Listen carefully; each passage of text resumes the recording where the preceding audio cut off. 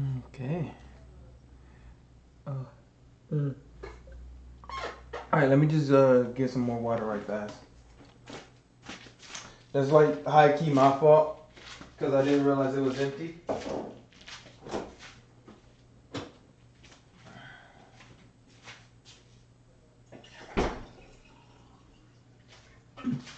I just was relaxing and chilling, setting up the stream and all that good stuff. Then as I was gonna start speaking to everybody, I realized my cup was empty. And I didn't want to get to talking and middle of the conversation have a dry throat.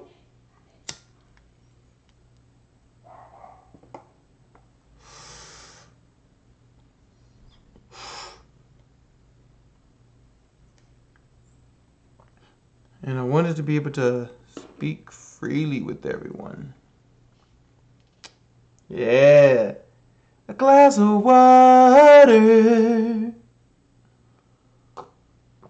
How you doing, everybody? I'm Absird, and welcome to the conversation.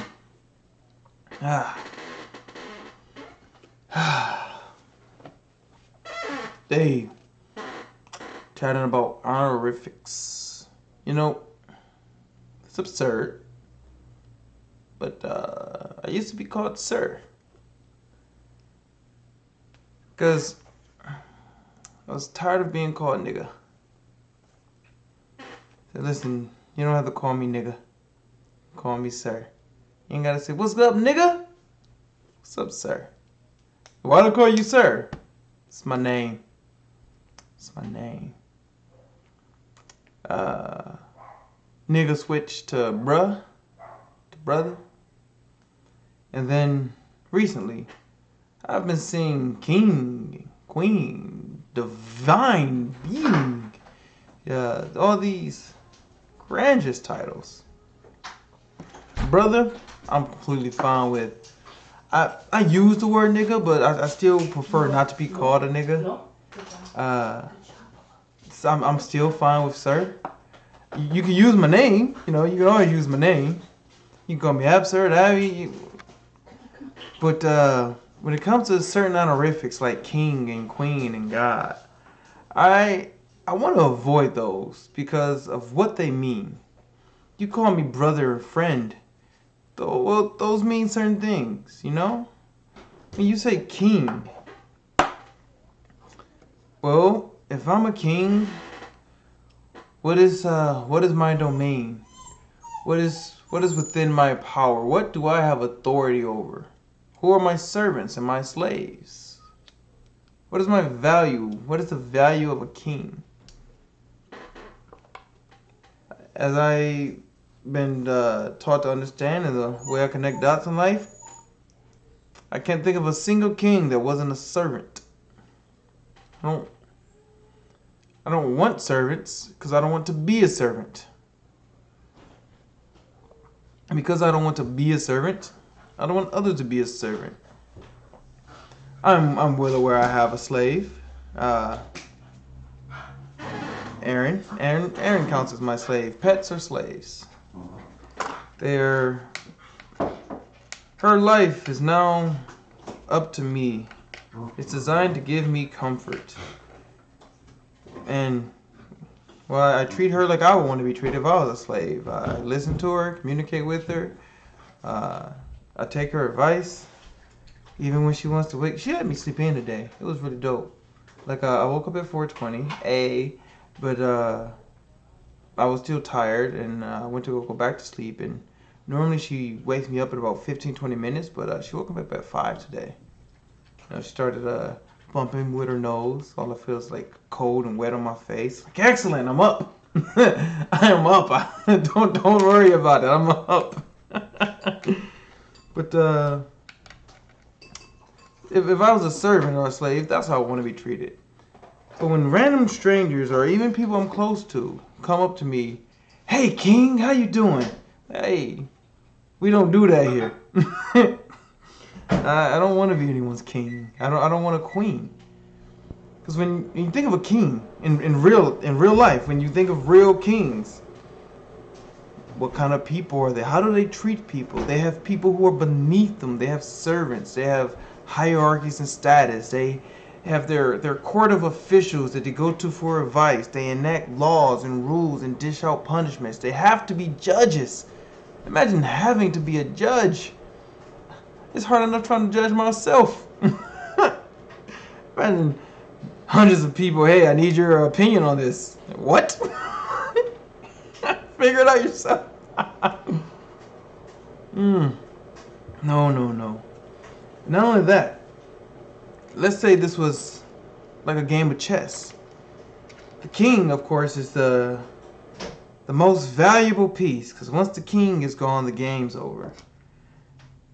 And that makes every other piece a pawn. In fact, every other piece is a pawn. Because once a pawn promotes itself, it could become a bishop, or a rook, or a knight, or even a queen. But the pawn can never become a king. And the king is the pawn of the player. Because the king is just another piece. It's one that you're simply manipulating the map around. I don't want to be a piece in somebody's game, even if I have to be. Just because I have to be doesn't mean I want to be. It just means that's what it is. I've noticed at least in my experience, the sort of people that uses these particular honorifics, king, queen, god, goddess, they want something. I've yet to meet a single person to speak in this manner and not demand something, either overtly or covertly. Like, sometimes they try to sneak in their list of demands. Hey, king, let me get a moment of your time. Ah, what are you going to do with my time? Are you trying to take my money? Hey, queen, moment of your time. Let me tell you how divine and spectacular you are. I'm nervous when people try to feed my ego, because I already know how spectacular I am. I don't need people to tell me. I will at 100% admit it feels great. When I perform and I sing and I know I killed it and people are standing and clapping and, hey, Abby, you did a good job. I really felt it. That was spectacular. Your voice when you hit the notes, it feels great. I'll be real with you. It feels great. But then it's also the context. If I just did a performance and you say, hey, that was a spectacular performance, you're absolutely amazing. Thank you. If I'm walking down the street, a woman comes up to me, how you doing, king? Woo! Hold up. I ain't did nothing impressive. Only thing I did was be myself, and you're trying to give me glory I didn't earn. Why? Anytime I've seen glory given away, it's always been a trap. You want to be famous? Here, do this. You want to be rich? Here, do this. Not a single rich person that I've actually met gave away glory that they didn't control. Anytime they gave, this applies to me in terms of a job position. Anytime I received a promotion, my bosses were in really strict control over the capabilities and areas I had access to. They gave me a limited amount of resources, and each particular tier of authority I achieved simply allowed me access to more resources. But I was always someone's puppet, and I knew that. So when someone calls me king, someone says, oh, you're a god. Why do I want to be a god? Gods are objects to be worshipped in the sense of how people use it, not in the sense of like the God as I know it doesn't care about worship. It cares about what you do. It cares about the impact that you make on it, in the same way that, you know, you don't care if your heart wants to be called Steve, or if your heart wants you don't really care what your heart feels like doing. You care about what it does. I need my heart to pump consistently and on beat. I need it to force the blood to circulate through my body, my lungs. Listen, my lungs can be Sarah, my lungs could be Rachel, they could be Stephanie, they could be Dan, they could be Dennis. They could be whatever they want. I need them to function as lungs. And as far as I understand the things of life, the things that I've been broken down, the things that have been broken down and given to me, the things that I'm able to see, the things my brother Donald has purported to claim to see, that's been fairly consistent in terms of God not really caring about like feelings, beliefs, and all these other things. It cares about what you do in the same way that I don't care about how my body believes and feels. I care about what it does. Does it function at its best? And if not, what can I do to help it? So why do I want to be called a god? Why do I want to be worshipped? When I mentioned the praise that I get from a performance, I don't want undue praise, you know? If I don't want someone, you know, come to me, hey man, remember that show you did 2 weeks ago? Like, hey, listen, thank you. I am happy you enjoyed it, but I've moved on from that point. Like, part of healing isn't just healing from pain and injuries. Because sometimes healing is essentially patching over and moving past something. So it's not just damage that you have to heal from. It's voids, it's emptiness. When you achieve something, then that space between where you are and the level that you had previously achieved can be a void. Not all voids have to be filled. They could be patched over. Like, you know what? I was able to do that in my past. Now my physical capabilities means I can't do that anymore. Let me move past that. Each performance I give is unique in some way. So if I'm too busy dwelling on performance 2 weeks ago, performance last week, performance yesterday, I use them for reference. I need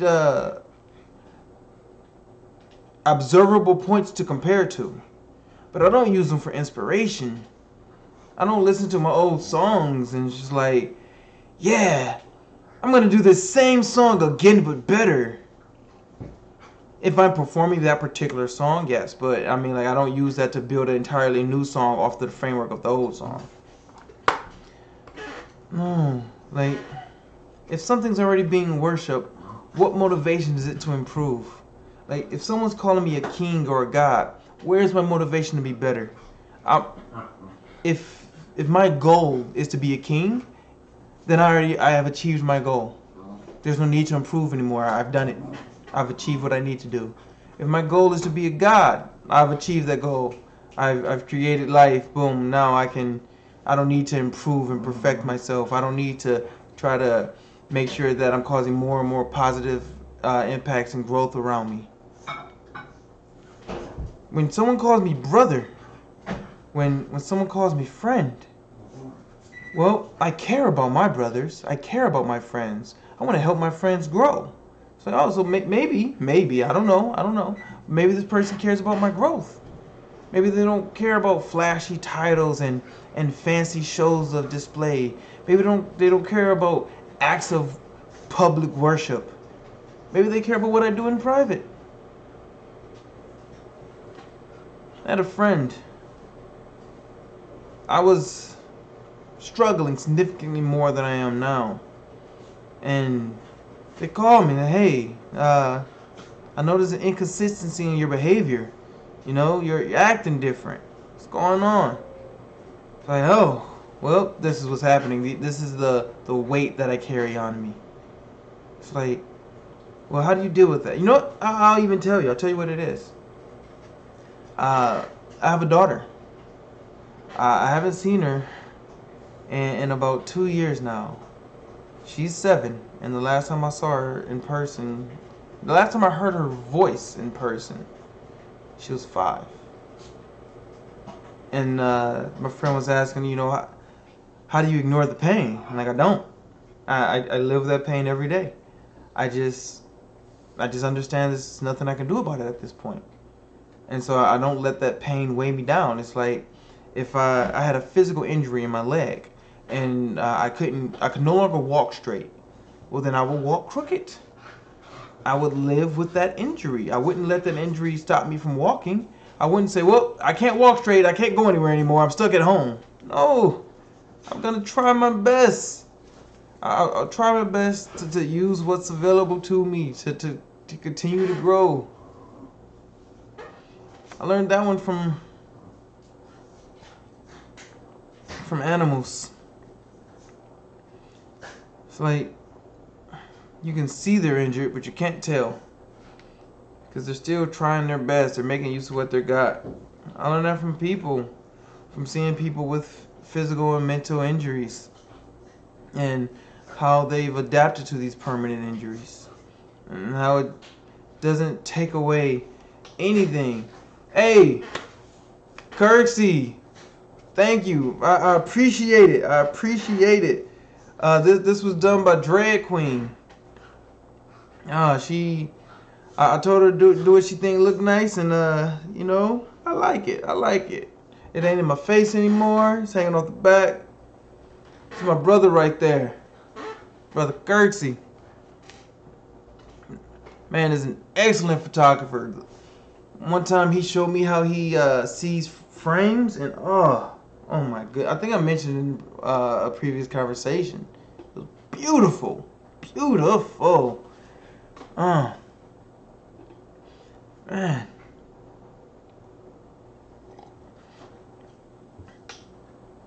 So to sum it up, I see people as people. I don't see kings and queens. I see kings and queens as servants, since that's tend to how they function and perform. I don't want to be anyone's servant, even if I have to be. If I have to be, then I will to do it. Just because I'm doing it don't mean I want to be. It's like, okay, this is a requirement in order to survive in the environment that I'm in, that I have to perform these tasks. Alright, these tasks are how I grow the environment that I am. But if someone gives me a choice, hey, you want to be a slave or you want to be free? But if you're free, it's going to be a lot of work. Okay. Hey, no problem, bro. No problem. I appreciate you. You know, when I come back home, I want to have a conversation with you. I want you to be on chat with Abby. I want people to know that this person that offers me inspiration. I want them to see the amazing person that you are. Hear your thoughts. Oh, Aaron's here. Did you hear me talking about you? Is that what happened? Alright. Hey, you know what? I want to talk to you. I want you to join the conversation. Follow me on Facebook. I'm Absird Charles. Find me on Instagram. ABSIRD1. Find me on Cashapp. ABSIRD. Find me on Spotify. Find me on YouTube. I don't have an official channel name yet. But if you go to like YouTube/user/Absird, boom, your boy pop up. I want to talk to you. I want you to join these conversations.